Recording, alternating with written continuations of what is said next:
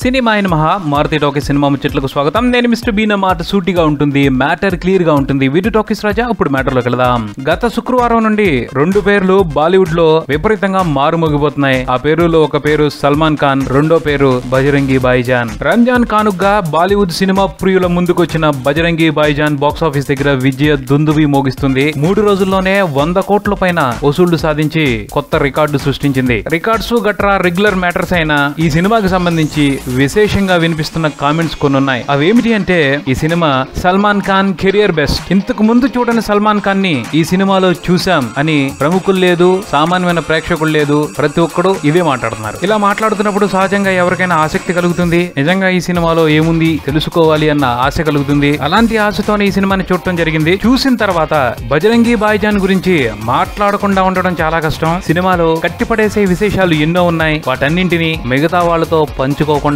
ఉండలేని పరిస్థితి. ఎందుకంటే ఈ సినిమా చూసిన అనుభూతిని మనసులో పెట్టుకుని బయటికి మాట్లాడకుండా ఉండటం మహా కష్టంగా అనిపించింది. బజరంగి భాయిజాన్ కథ ఇది అని ట్రైలర్ చూసినప్పుడే అర్థమైపోయింది. పాకిస్తాన్ నుంచి ఇండియా వచ్చిన ఓ 6 ఏళ్ల పాప ఇక్కడ తప్పిపోయింది. అమ్మాయికి మాటలు రావు, ఎక్కడి నుంచి వచ్చిందో కూడా చెప్పలేదు. ఆమె పవన్ కుమార్ చతుర్వేది అలియాస్ బజరంగి అనబడే గొప్ప హనుమాన్ భక్తుడికి తారసపడుతుంది. బజరంగి అమాయకుడు, చాలా మంచివాడు. ఆ అమ్మాయిని దగ్గరికి తీస్తాడు. ఆ అమ్మాయి పరిస్థితిని అర్థం చేసుకుంటాడు. ఎట్టి పరిస్థితుల్లో ఆ పాపని పాకిస్తాన్ లో ఉన్న వాళ్ళ అమ్మా నాన్న దగ్గరికి చేర్చాలి అని నిర్ణయం తీసుకుంటాడు. బజరంగి బలి సహాయంతో బజరంగి ఆ పాపని వాళ్ళ అమ్మా నాన్న దగ్గరికి ఎలా చేర్చాడు అన్నది ఈ సినిమా మిగిలిన కథ. వినటానికి చాలా సింపుల్ గా అనిపిస్తున్న ఈ కథని చాలా బ్రహ్మాండంగా తెరకెక్కించాడు దర్శకుడు కబీర్ ఖాన్. తప్పిపోయిన అమ్మాయిని వాళ్ళ ఇంటికి చేర్చడం పాయింట్ గా చూసుకుంటే సింపుల్ గానే ఉంటది. కానీ ఆ అమ్మాయిది పాకిస్తాన్. ఆ అమ్మాయికి పాస్పోర్ట్ లేదు, వీసా లేదు. పాకిస్తానీ అంటే కూడా ఎవరు నమ్మరు. ఈ పాయింట్ చాలదు స్క్రీన్ ప్లే తో బీభత్సంగా గేమ్ ఆడుకోవడానికి. అదే గేమ్ ఆడారు ఈ సినిమాకి కథను అందించిన విజేంద్ర ప్రసాద్ గారు, దర్శకుడు కబీర్ ఖాన్ కలిసి. మనం ఉంటున్న లొకాలిటీలోనే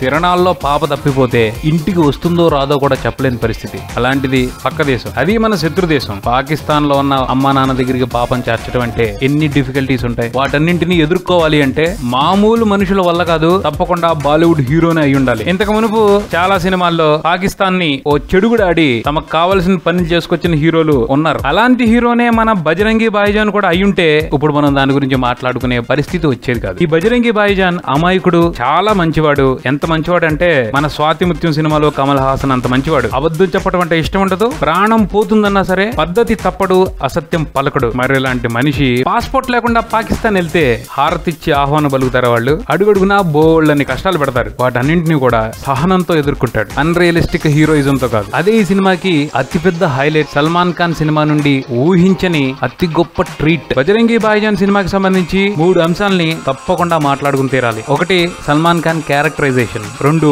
సల్మాన్ ఖాన్ పెర్ఫార్మెన్స్, 3 కబీర్ ఖాన్ ప్రిపేర్ చేసిన స్క్రీన్ ప్లే, అలాగే ఆయన directorial skills. Bajrangi Bhaijaan character credit Kabir Khan గారికి పోతుందో లేక విజేంద్ర ప్రసాద్ గారికి పోతుందో గానీ ఆ క్యారెక్టర్ మాత్రం చాలా అద్భుతంగా డిజైన్ చేశారు. సినిమా అంతా కూడా చాలా సందర్భాల్లో విపరీతంగా ఇష్టాన్ని పెంచేసుకుంటాం. అంత బాగుంటుంది ఆ క్యారెక్టర్. ఆ పాత్రలో సల్మాన్ ఖాన్ ఎంతలా ఒదిగిపోయాడు అంటే అతని కోసమే ఆ పాత్ర సృష్టించబడిందేమో అన్నంత బాగా. సల్మాన్ ఖాన్ పెర్ఫార్మెన్స్ చూసిన తర్వాత ఆ పాత్రలో ఇంకొకరిని ఊహించుకోలేం. వేరే ఎవరో గొప్పగా చేస్తారు అన్న ఫీలింగ్ అనిపించదు. అందుకనే సల్మాన్ ఖాన్ కి ఇది కెరియర్ బెస్ట్ రోల్ అని చెప్తున్నారు అందరూ. ఇక డైరెక్టర్ కబీర్ ఖాన్ విషయానికి వస్తే కథా పాయింట్ లో ఉన్న వైవిధ్యాన్ని చక్కగా ఉపయోగించుకుని బ్రహ్మాండంగా స్క్రీన్ ప్లే ప్రిపేర్ చేసుకున్నారు. ఒక్కోసారి స్క్రీన్ ప్లే మన ఆలోచనలకు అందుతున్నట్టే వెళ్తుంది, ఒక్కోసారి మన ఊహలకు అందదో థ్రిల్ చేసి పారేసిద్ది. దీనికి తోడు అద్భుతమైన ఎమోషన్. అలాగే ఆ ఎమోషన్ చక్కగా క్యారీ అవడానికి మంచి మంచి ఆర్టిస్టులను సెలెక్ట్ చేసుకున్నాడు. సల్మాన్ తో పాటు పాకిస్తానీ చిన్న బాబుగా నటించిన హర్ష్ అలీ మల్హోత్రా, పాకిస్తానీ రిపోర్టర్ గా నటించిన నవాజుద్దీన్ సిద్దికి సూపర్ గా నటించి